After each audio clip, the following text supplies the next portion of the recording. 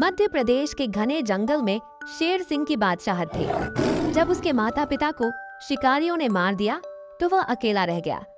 एक दिन वह अपनी गुफा की तरफ जा रहा था कि अचानक उसे एक कराहने की आवाज सुनाई दी।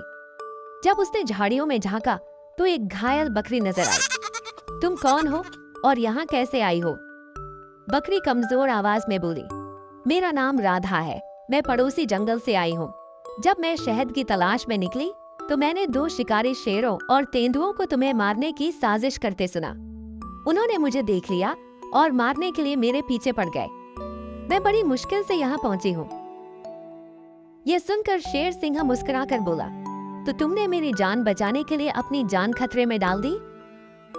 राधा हैरान होकर बोली, तो आप ही जंगल के राजा हैं? शेर सिंह ने राधा को अपनी गुफा में ले जाकर कहा, जब तक चाहो यहाँ रह सकती हो, जब जाना चाहो मुझे बता देना।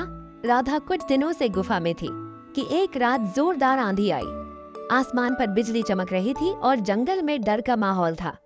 उसी रात एक रहस्यमयी काली भैंस जंगल में दाखिल हुई। वह आम भैंसों जैसी नहीं लग रही थी। उसकी आंखों में एक अजीब सी चमक थी, जैसे वह कोई राज छुपा रही हो।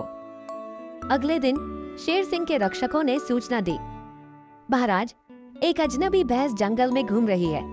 वह दूसरों से बात नहीं करती, बस छिपकर सबको देखती है। शेर सिंह खुद भैंस से मिलने गया और पूछा, तुम कौन हो और यहाँ क्यों आई हो? भैंस ने रहस्यमय अंदाज में कहा, यह जंगल मेरी मंजिल है, मगर मैं अपनी पहचान नहीं बता सकती। समय आने पर सब कुछ स्पष्ट हो जाएगा। शेर सिंह हैरान था, मगर उसने भैंस को जंगल में रहने की इजाजत दे दी। कुछ दिन बाद राधा रात के समय पानी पीने नदी पर गई। अचानक उसने देखा कि वही रहस्यमयी भैंस 2 तेंदुओं से फुसफुसाकर बात कर रही थी। हमें काम जल्दी पूरा करना होगा, वरना शेर सिंह को शक हो जाएगा। राधा तुरंत छिप गई। वह जान चुकी थी कि यह भैंस कोई आम जानवर नहीं, बल्कि किसी खतरनाक साजिश का हिस्सा है। अगली सुबह राधा दौड़ती हुई शेर सिंह के पास पहुंची। महाराज, वह भैंस किसी खतरनाक साजिश में शामिल है। मैंने उसे तेंदुओं से बात करते देखा है। शेर सिंह गहरी सोच में पड़ते हुए बोला, अगर यह सच है तो हमें सतर्क रहना होगा, लेकिन हमें सबूत भी चाहिए। उसी रात शेर सिंह और उसके कुछ वफादार जानवर भैंस का पीछा करते हैं। वे देखते हैं कि भैंस तेंदुओं के साथ बैठकर फुसफुसा रही है। कल रात जब शेर सिंह गहरी नींद में होगा, हम हमला करेंगे। पहले उसकी बकरी दोस्त को खत्म करेंगे ताकि वह कमजोर हो जाए, और फिर हम उस पर वार करेंगे। ये सुनकर शेर सिंह की आंखों में गुस्से की चमक आ गई। वह गरजा, धोखेबाज, तुमने मेरी मेहमान नवाजी का गलत फायदा उठाया। भैंस और तेंदुए चौंक गए।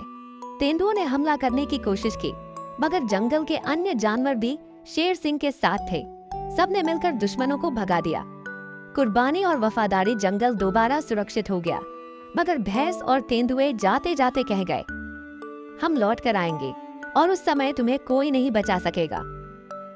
राधा ने शेर सिंह की तरफ देखा और कहा, महाराज, मैं हमेशा आपके साथ रहूंगी, चाहे कुछ भी हो जाए। शेर सिंह मुस्कुराकर बोला, दोस्ती में न कोई जात होती है, न कोई भेद। तुम मेरी सबसे बड़ी रक्षक हो, राधा। राधा और शेर सिंह की दोस्ती हमेशा के लिए मजबूत हो गई और जंगल में एक नया सबक मिला, वफादारी हर चीज से बढ़कर होती है।